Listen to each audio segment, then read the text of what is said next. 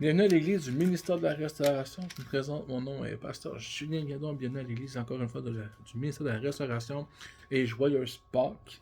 Je fais mes salutations à la sœur Jacqueline qui nous suit en ligne.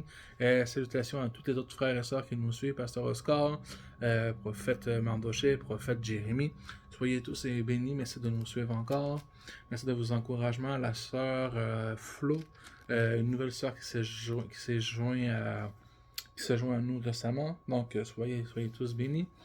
Donc, aujourd'hui, joyeux Pâques et je vais vous faire aussi un commentaire, vous encourager toujours à bien vouloir, je vous remercie de bien vouloir le liker, de commenter, de partager et de vous abonner afin de rien manquer. Aujourd'hui, c'est une journée spéciale, une journée où ce que notre Sauveur a vécu le calvaire sur la croix pour nous aujourd'hui. Donc aujourd'hui, c'est une journée spéciale et donc le titre de mon message va être avoir le pardon de Dieu. Et avoir le pardon de Dieu, ce n'est pas ce que Dieu nous pardonne, mais c'est aussi également de savoir ce que Jésus a subi sur la croix pour nous et de comprendre que beaucoup de frères et sœurs, ils sont négligents, ils ne comprennent pas ce que l'amour de Dieu a fait pour nous, ce que Dieu fait dans nos vies. Vous savez, il y a beaucoup de prédictions. J'ai voulu souvent emmener un message. Bon, à chaque fois, on remenait, on tirait, mais je vais emmener le même message, mais je vais le tirer sur une autre façon aujourd'hui. Parce que je vais l'emmener avoir l'onction de la sanctification. Tout le monde cherche l'onction de la guérison, l'onction des miracles, l'onction de la prophétie. Mais est-ce que tu veux avoir l'onction de la sanctification? Quand que la parole de Dieu est donnée, quand tu te mets à genoux et tes larmes coulent sur le plancher parce que tu te reconnais que tu es pécheur et que sans le sacrifice de Jésus a fait à la croix, mais t'es rien, puis t'es mort, puis t'es condamné à la mort éternelle en Jésus-Christ, si tu n'as pas Jésus-Christ dans ta vie. Et aujourd'hui, il y a beaucoup de frères et sœurs qui comprennent pas le message que c'est quoi que Jésus a fait sur la croix aujourd'hui. Oh, c'est la part, puis tout le monde fait waouh, c'est merveilleux, mais est-ce que tu comprends l'idée de la croix? Est-ce que tu comprends l'idée de la sanctification, l'idée du pardon? Est-ce que tu as le pardon de Dieu dans ton cœur? Il y en a beaucoup de gens, une fois j'ai prêché, est-ce que tu as l'amour de Dieu? Ah oui, j'ai l'amour de Dieu. C'est quoi avoir l'amour de Dieu? Et c'est le même contexte. C'est la même histoire. Est-ce que tu es prêt à mourir pour ton frère? Est-ce que tu es prêt à mourir pour ces gens-là? Oh! Est-ce que tu comprends que ce n'est plus toi qui vis, que en tant qu'individu, tu ne t'appartiens plus. Tes idées humaines, ta compréhension humaine doit prendre le bord, doit s'en aller, doit partir, parce que la vraie compréhension humaine est celle de Jésus-Christ. C'est très difficile ce que j'ai à dire. Parce que moi, le premier, malheureusement, des fois, ma pensée humaine prend le dessus. Ma compréhension prend le dessus. Mais, après réflexion, je dis, ok, Seigneur, pardonne mes pensées. Pardonne ma façon d'agir, Seigneur. Même quand Jésus était sur la croix, c'est quoi qu'il disait à ses ennemis? Non, est-ce que tu te rappelles, quand Jésus était sur la croix, quand que Jésus se faisait lapider, se faisait injurier, se faisait battre pour toi, pour tes péchés, qu'est-ce que Jésus a dit à ses ennemis, à ses enviasseurs, à ces gens qui faisaient du mal, à ses persécuteurs? Qu'est-ce qu'il a dit à ses ennemis? Hein? Il a dit, Père, pardonne-leur quand ils ne savent pas ce qu'ils font. Il n'a pas dit, Seigneur, maudis-les et envoie-les tout en enfer. Non, il a dit de leur pardonner. Parce qu'ils ne savent pas ce qu'ils font. Et c'est ça qu'aujourd'hui que je vais te dire. Est-ce que tu as le pardon de Dieu dans ton cœur, dans ta vie aujourd'hui? Est-ce que tu te lamentes sur ton sort parce que lui a fait telle méchanceté avec toi, l'autre sœur a fait ci, l'autre a fait ça? Il faut arrêter de se lamenter puis de souffrir. Oui, c'est difficile. Oui. Mais tu sais, mon frère, il y a un temps pour toute chose. Et aujourd'hui, on est dans le temps où Jésus, il y a environ 2000 ans, 4000 ans, on ne sait plus vraiment le chiffre, parce qu'il y en a qui disent 4000, il y en a qui disent 2000. Mais la réalité, c'est que il y a un événement qui s'est produit, qu'un un Dieu s'est fait chair pour nous montrer la voie. Il s'est offert lui-même en sacrifice expiatoire pour tes péchés, pour mes péchés. Et le troisième jour, il a vaincu la mort. Il a été dans le séjour des morts. Il est allé voir Satan. Il a dit, Satan, voilà, regarde le péché de mon frère, de ma sœur, regarde, j'ai payé le prix, prends ses péchés, prends ses transgressions, je les donne, j'ai payé son prix. J'ai payé sa condamnation. J'ai payé ce qu'il devait payer. Je l'ai fait pour lui. Maintenant, tu le laisses tranquille. J'ai payé à sa place. Parce que, avant, moi, j'étais condamné à la mort. Et ce que Jésus a vécu à la croix, il a pris mon châtiment à ma place. Et c'est ça que Jésus a fait pour toi à la croix.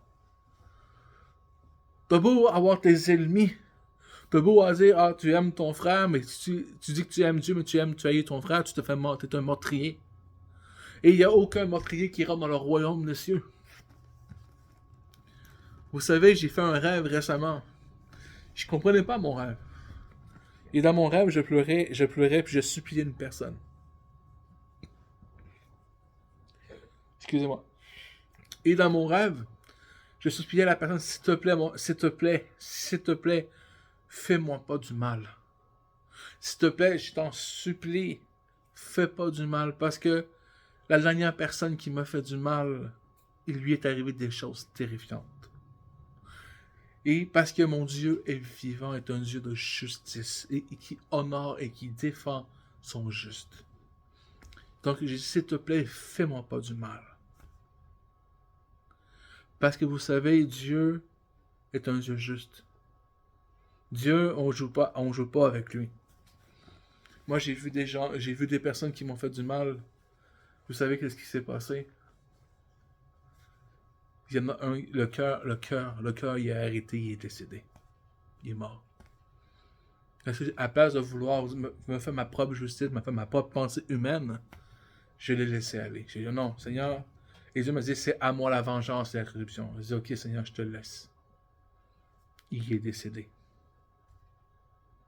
Un autre a fini en prison. Il y en a d'autres récemment, il y a des événements qui sont arrivés parce qu'ils ont dit des méchancetés sur moi et sur mon ministère. Mais ça, je ne vais pas en parler. C'est trop récent. Et peut-être même les personnes qui vont suivre vont écouter ce message, donc je préfère pas en parler parce que c'est trop récent. Mais il y a des événements qui s'est produits et c'est terrible. S'il te plaît, aie la crainte de Dieu dans ton cœur.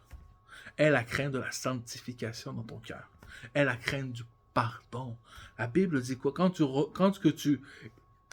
cites la prière de notre Père, pardonne nos offrandes comme nous pardonnons à ceux qui nous ont offensés. Si tu n'es pas capable de pardonner à ton prochain, Dieu ne te pardonnera pas non plus, parce que la Bible dit, si tu rejettes ton frère, je vais te rejeter toi aussi. S'il te plaît, mon frère, aujourd'hui, on va parler vraiment de pardon, que tu dois comprendre vraiment l'importance du pardon dans ta vie. Parce que tu dois arrêter de te nourrir de chimères. Parce que tu te nourris de poison. Tu te nourris de choses qui te détruisent. Parce que tu restes dans la colère. Tu restes dans la haine. Tu restes dans l'amertume. Tu restes dans la rancune. Dieu ne veut pas ça pour toi. Il veut que tu sois heureux. Est-ce que pour toi, est-ce que tu es conscient que tu fais ta souffrance? Qu'est-ce qui te fait le plus mal? Ton bien le plus précieux? Est-ce que tu te rends compte de ce que tu fais? Moi, je connais des personnes qui sont prêtes à donner tout leur argent pour l'œuvre de Dieu, tout leur argent, leur maison, leur bien, aucun problème. Mais aussitôt que tu commences à toucher au point humiliant de leur vie, exemple, repens-toi, mon frère, ma soeur, t'as fait un tel problème, t'as telle circonstance dans ta vie, pardonne à telle personne. Là, directement, c'est la fin du monde. Là, t'es plus un bon pasteur, t'es plus un bon site, t'es plus un bon... Parce que tu dis à la personne, si tu te repens pas, si tu changes pas ta correction, voilà qu'est-ce qui va t'arriver. Voilà ce que Dieu dit qu'est-ce qui va se passer. C'est pas moi. Les gens ne comprennent pas que c'est pas nous qui faisons les choses, mais c'est la parole de Dieu. Écoute, fâche-toi après moi si tu veux, mais moi, j'ai pas écrit la Bible. C'est pas moi qui ai écrit les Écritures. Donc, fâche-toi si tu veux. Enrage-toi après moi. Fais qu'est-ce que tu veux, mais tu dois comprendre une chose. C'est pas moi qui ai écrit ce livre. Et un jour, une personne m'a dit, c'est toi qui t'es mis dans cette situation. Oui, c'est vrai, je me suis mis dans cette situation. Pourquoi? Parce que, par exemple, maintenant, ils disent, j'ai un problème de surpoids, telle circonstance, et les gens ne me comprennent pas, comprennent ça, mais elle m'a dit, oui, mais c'est toi qui t'es mis dans cette situation. Et c'est la vérité. Et j'étais assez capable de le prendre. Ça me fâchait après la personne, puis l'envoyer la personne se faire foutre, ou l'insulter, ou l'injurier. Non, c'est vrai. Là, j'ai fait ci, j'ai fait ça, j'ai arrêté de faire du sport, j'ai arrêté de faire ça, j'ai arrêté de faire ça, pour faire plaire à une personne, mais c'est moi qui suis mis dans la situation pour une personne. Mais c'est pas la personne, c'est moi le problème. Ah oui, mais moi j'ai fait ça, j'ai péché, c'est à cause de Satan. Non, c'est à cause de toi si tu pêches. C'est toi qui prends la décision de pécher, mon frère et ma soeur. Désolé, c'est la vérité, c'est la sanctification. Cherche la face de Dieu. Cherche la sanctification de Dieu aujourd'hui. C'est la journée idéale justement pour chercher la sanctification. Va pas jouer dehors et tu aller jouer et essayer de trouver des petits lapins en chocolat là. C'est pas ça qui est le but. Le but, c'est de chercher la face de Dieu. Rapproche-toi de ton sauveur. Celui qui est mort à la croix, qui a subi tout le calvaire pour toi à la croix, c'est lui que tu dois chercher aujourd'hui. Tu dois pas courir dehors chercher des petits œufs de petit chocolat puis t'amuser. Non, c'est pas ça la Pâque. La Pâque, c'est au moment où tu arrives, au moment précis dans une fois par année, de faire ton bilan de la sanctification dans ta vie. Est-ce que cette année, j'étais dans la sanctification? Est-ce que cette année, j'ai marché selon le plan de Dieu, la volonté de Dieu cette année? Est-ce que j'ai bien fait cette année? Oui, t'as beau jeûner pendant 40 jours, 40 nuits, blablabla, mais si tu n'es pas dans la sanctification, si tu cherches pas à te repentir, à changer ta vie, tu fais ça pour rien. Ça donne rien. Tu perds ton temps, tu gaspilles ton temps de faire ces choses-là. Merci Seigneur. Tu sais, j'ai pas de papier, j'ai pas de lettres, j'ai pas de ci, j'ai pas de ça autour de moi, j'ai pas de notes. Même l'évangéliste Marie m'a dit, Julien, c'est quoi aujourd'hui? Tu vas amener comme message. C'est quoi que tu vas faire? J'en sais rien. Et je suis honnête, j'en sais rien. Je sais pas quoi faire. Et l'Esprit m'a touché. J'ai dit, ok, on va tourner dans... J'ai donné des versets, on les voit dans des versets. Et j'ai le titre de mon message va être ça aujourd'hui. Donc, si tu gardes encore rancune contre ton frère, contre ta sœur, t'as rien compris à l'amour de Jésus. T'as rien compris. Si tu rejettes tes parents, si tu rejettes ta mère, ton père, ton frère, t'as rien compris. Jésus est mort sur la croix pour toi. Et toi aussi, tu dois mourir pour ta famille, pour tes frères, pour tes sœurs qui sont en Christ, puis ta vraie famille aussi. Parce que tu ne t'appartiens plus. Ce n'est plus toi qui vis, mais Christ qui vit en toi. Est-ce que tu comprends l'essence de ces mots? T'as pas pour connaître la Bible par cœur. Tu vas pas m'impressionner. Tu sais, moi, tu sauras le nombre de personnes qui sont vantées en disant, moi, je connais pas le pasteur, a fait 10 ans de théologie. Wow, bravo! Qu'est-ce qu'il en fait? T'as beau connaître la Bible par cœur, t'as beau connaître ça, mais est-ce que tu comprends l'essence de Jésus-Christ? Est-ce que tu comprends l'amour de Jésus-Christ? Est-ce que tu as l'amour de Jésus-Christ? Est-ce que tu as le pardon de Jésus-Christ dans ton cœur? Est-ce que tu as ces choses-là, ces qualités-là? Est-ce que tu recherches la sanctification de Christ à tout prix? Moi, tu sais, il y a un temps que je courais après les pasteurs, les prophètes, les ci, les ça. Malheureusement, c'est que tu n'es pas censé courir après ces gens-là. Tu es censé courir après Dieu. Oui, c'est des outils, c'est des aides. Mais vous savez, les prophètes de malheur, c'est ceux qui te regardent droit dans les yeux et qui te disent la vérité. Fâche-toi, haïs-toi. Jésus, ils l'ont pas crucifié parce qu'il était doux et qu'il était gentil. Jean-Baptiste s'est pas fait décapiter parce qu'il était doux, parce qu'il était gentil. Il s'est fait décapiter parce qu'il disait la vérité. Jésus a rentré dans le temple, il a renversé l'étape des voleurs, pas des voleurs, mais des vendeurs dans le temple. Il les a chassés du temple, de Dieu. Jésus est rentré dans le temple, il les a chassés en disant qu'ils faisaient le lieu de leur père une débauche. Et c'était basé par des sacrificateurs, des prêtres, des pasteurs de ce temps-là. Oh, mais quand tu commences, oh pasteur, t'es méchant, t'es juste, t'es sévère. Est-ce que Jésus déjà est rentré chez toi et commencé à renverser tout ce que tu as bâti chez toi qui n'est pas de lui? Moi, je crois que Jésus rentrait chez toi aujourd'hui, là. Moi, je sais probablement la première chose si Jésus vient chez moi aujourd'hui, moi, je sais la première chose que Jésus va renverser par terre. Est-ce que, selon toi, pose-toi cette question-là. Si Jésus vient chez toi aujourd'hui, il rentre chez toi dans ta maison, parce que tu sais, ta demeure est censée être sa demeure. Donc, pose-toi la question.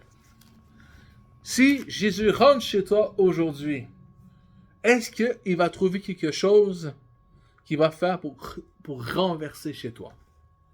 Quelque chose qui ne fait pas la volonté de son Père, pour lui, c'est de la débauche. Commence à t'interroger. Moi, probablement, j'ai déjà une bonne idée de savoir qu'est-ce qui va arriver chez moi, puis qu'est-ce qu'il va acheter chez moi, qui va renverser. Moi, je sais c'est quoi. Puis moi, j'ai pas honte, je vais même le dire de savoir c'est quoi. Je sais pas parce que c'est un péché, mais parce que le péché passe par ça. Et moi, je sais exactement c'est quoi. C'est la télévision. C'est le câble, la télé, tout ça. C'est ce que Jésus arriverait, c'est probablement la première chose qui renverserait chez moi, qui me mettrait par terre. La deuxième chose, ce serait le téléphone cellulaire. Il briserait mes téléphones cellulaires. Même si je m'en sers pour du bien, mais il y a des informations qui peuvent rentrer pour t'emmener dans le péché. C'est la sanctification que je prêche. Je suis pas en train de te dire de prendre ta télé et de la foutre aux poubelles. C'est pas ce que je suis en train de te dire. C'est pas ça que je dis. Mais interroge-toi. Si Jésus vient chez toi aujourd'hui, dans ta maison, dans ta demeure, qu'est-ce que Jésus va trouver? S'il rentre dans ton cœur, dans ton esprit, dans ton cœur, qu'est-ce que Jésus va trouver? Qu'est-ce que Jésus va sortir pour renverser le temple? Parce que ne sais-tu pas, tu es le temple du Saint-Esprit. Oh, je vais loin, je divague un petit peu, mais est-ce que c'est la sanctification? Donc, on va aller voir un peu les passages. J'ai parlé beaucoup. Donc, on va aller voir. On va commencer par l'épître de Jean.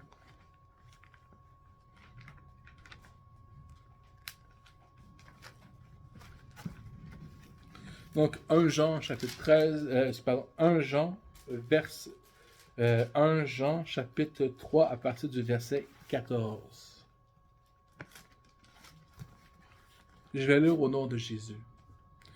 Nous savons que nous sommes passés de la mort à la vie, parce que nous aimons les frères. Celui qui n'aime pas son frère demeure dans la mort. Verset 15. Celui qui est son frère est un meurtrier. Et vous savez qu'aucun meurtrier a la vie éternelle. Demeurons en lui. 16. Nous avons connu l'amour en ce qui a donné sa vie pour nous. Nous aussi, nous devons donner notre vie pour les frères. Amen. Est-ce que tu comprends? C'est ce que je te dis tout à l'heure. Si tu n'as pas le pardon de Dieu dans ton cœur, Dieu te considère comme un meurtrier. Et il n'y a pas de meurtrier qui a la vie éternelle. Jean 3, verset 16. Car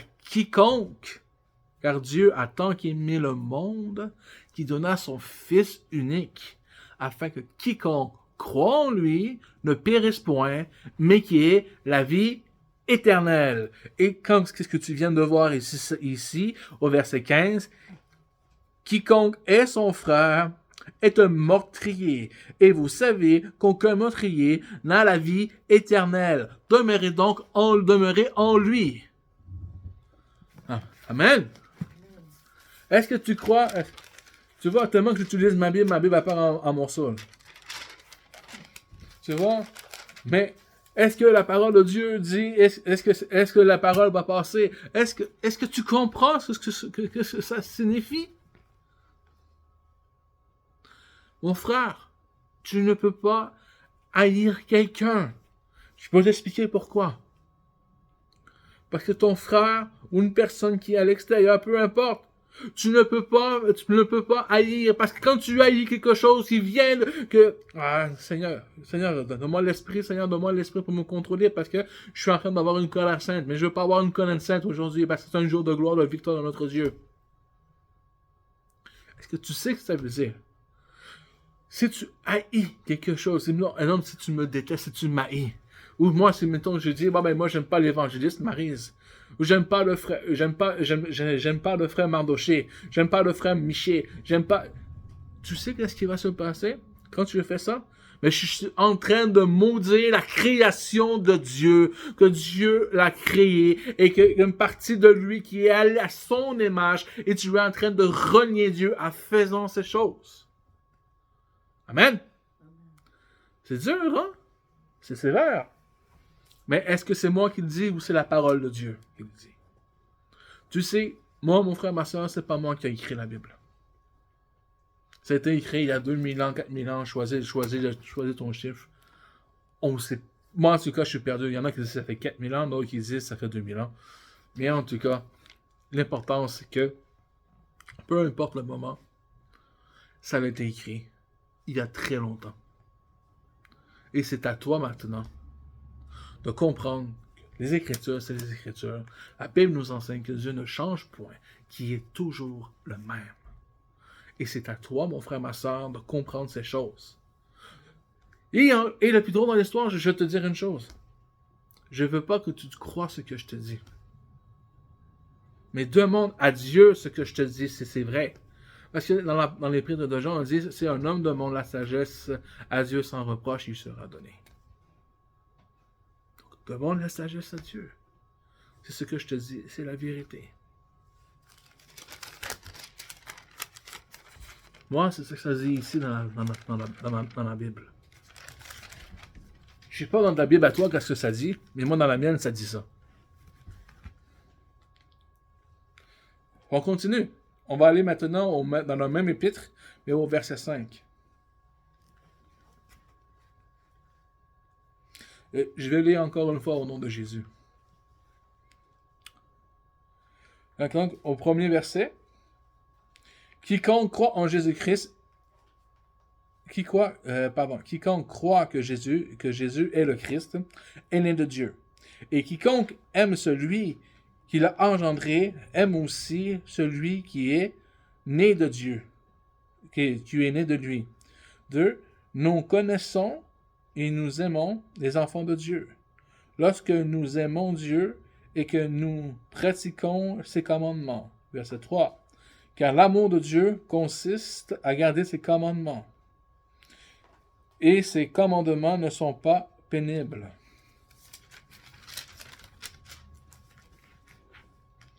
Verset 4. Parce que tout ce qui est né de Dieu triomphe du monde. Et la victoire qui triomphe du monde est notre foi. Verset 5. Et qui celui qui a triomphé du monde, sinon celui qui croit en Jésus, est le Fils de Dieu. Verset 6. Celui, Jésus-Christ, qui est venu avec l'eau et le sang, et du sang, nous avons l'eau seule, mais non seulement, mais avec l'eau et avec le sang. Et c'est l'Esprit qui rend témoignage, parce que l'Esprit est la vérité. Amen. On pourrait continuer encore et encore et encore et encore et encore. Mais je crois que c'est clair que, encore une fois, si tu es de Dieu, tu aimes les enfants de Dieu. Et si tu aimes Dieu, tu aimes la création de Dieu. Et encore et encore et encore. Je suis tellement surexcité par ce message, tellement rempli du Saint-Esprit que j'en perds mes moyens. Mais c'est la vérité. L'amour, si tu dis, tu n'aimes pas l'amour, tu fais ça. Non, je m'excuse, l'amour, c'est de dire la vérité. Moi, mon frère, si je vois un enfant traverser la rue, puis je sais qu'il y a une voiture qui s'en vient, fais-moi confiance que je vais me faire heurter par la voiture pour pas que la voiture heurte l'enfant. Et c'est le même principe.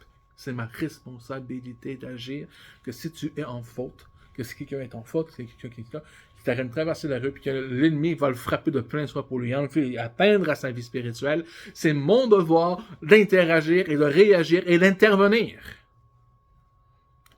Oui, fâche-toi après moi, qu'est-ce que tu fais? T'as pas vu la voiture qui s'en venait? Bang! C'est arrivé. Dans la vraie vie, pas seulement dans la vraie vie, j'ai déjà intervenu quelqu'un, j'ai tiré, qu'est-ce que tu fais? Boum! La voiture a passé. C'est arrivé dans la vraie vie. Puis la personne s'est fâchée. Après, t'as pas vu la voiture? Je viens de te sauver la vie, là.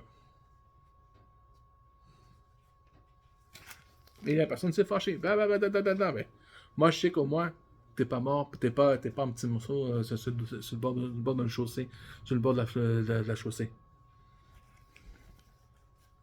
Amen. C'est dur ce matin, le message, hein? Ah, pasteur, normalement, tu m'encourages. Ah, pasteur, tu nous fortifies. Ah, tu nous dis des paroles réconfortantes. C'est la réconfortation aussi.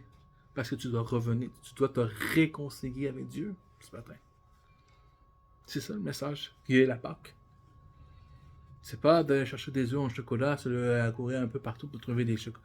C'est pas ça la vraie Pâque. La vraie Pâque, sanctifie-toi. Cherche la sanctification de Dieu dans ta vie. Oh! C'est dur, hein? Mais c'est la vérité. Fâche-toi, enlève-moi. Moi, je m'en fous, parce que même la Bible me prévient, même de ce moment.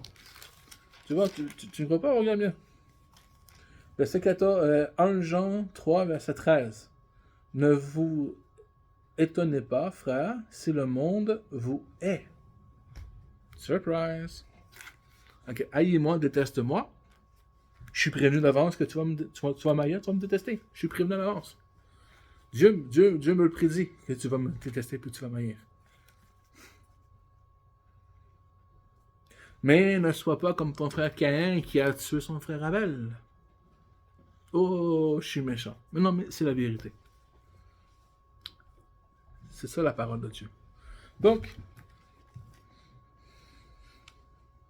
j'ai déjà nommé un Jean, pas un Jean, mais j'ai déjà nommé Jean 3,16, un Jean 3 à partir du verset 14, un Jean 5 à partir jusqu'au verset 1 le verset.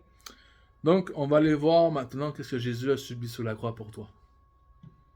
Puis on va arrêter ça là, parce que ça fait déjà 27 minutes déjà.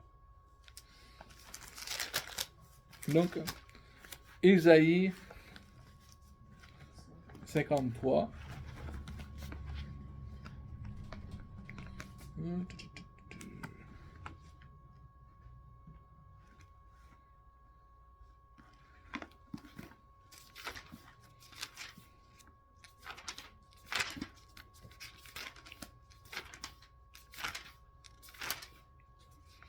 Donc, Ésaïe 53 du verset 4 à 8.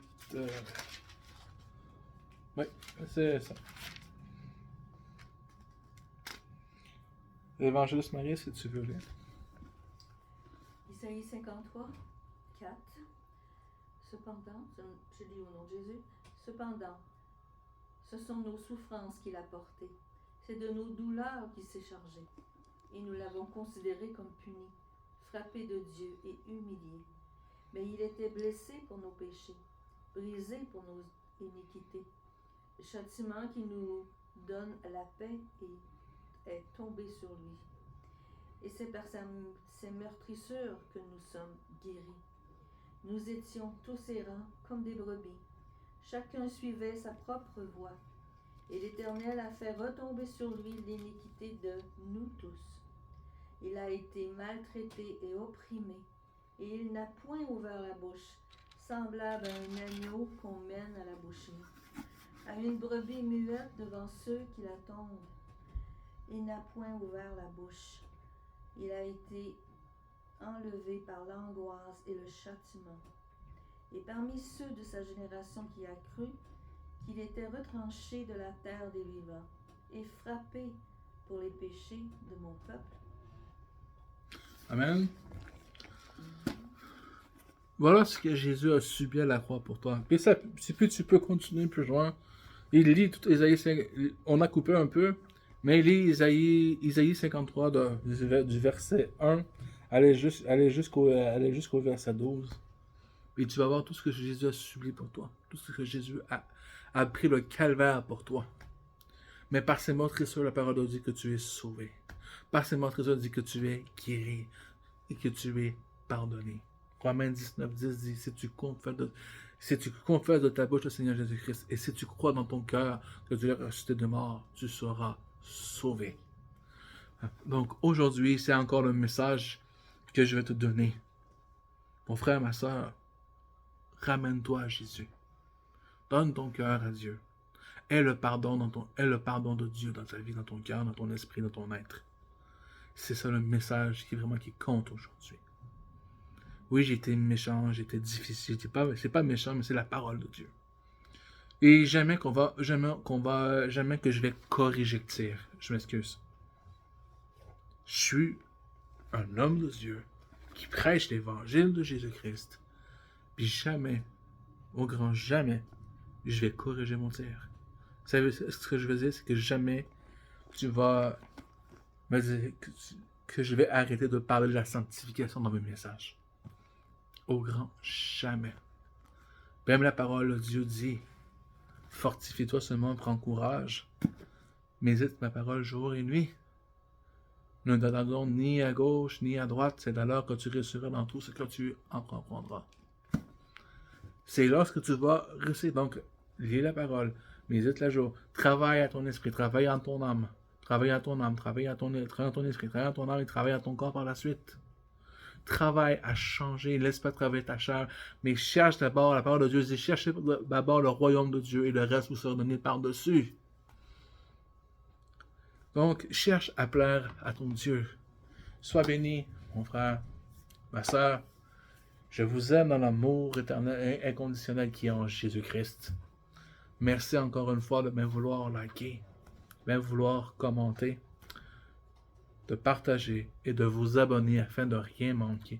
Vous savez que c'est important que vous partagez le message. Je ne veux pas faire mettre une pression ou quelque chose. C'est important. Puis aujourd'hui, je lance un appel important, je passe une annonce. L'Église du ministère de la Restauration a besoin de toi aujourd'hui. Donc, si tu as une église, si tu restes chez toi à la maison, si tu quelque chose, nous t'invitons à venir nous rejoindre, je ne sais pas comment dire, à œuvrer avec nous dans le Seigneur. Et si tu veux servir aussi au niveau international, peut-être que tu es en Afrique, et tu aimes le ministère de la Restauration, ce que nous faisons ici au Canada, tu es le bienvenu pour te joindre à nous aussi. Regarde, tout à l'heure, aujourd'hui, avant qu'on commence, il y a une soeur qui m'a appelé, elle était en Côte d'Ivoire, et je l'ai fait travailler comme si elle était avec un membre de notre église ici présent.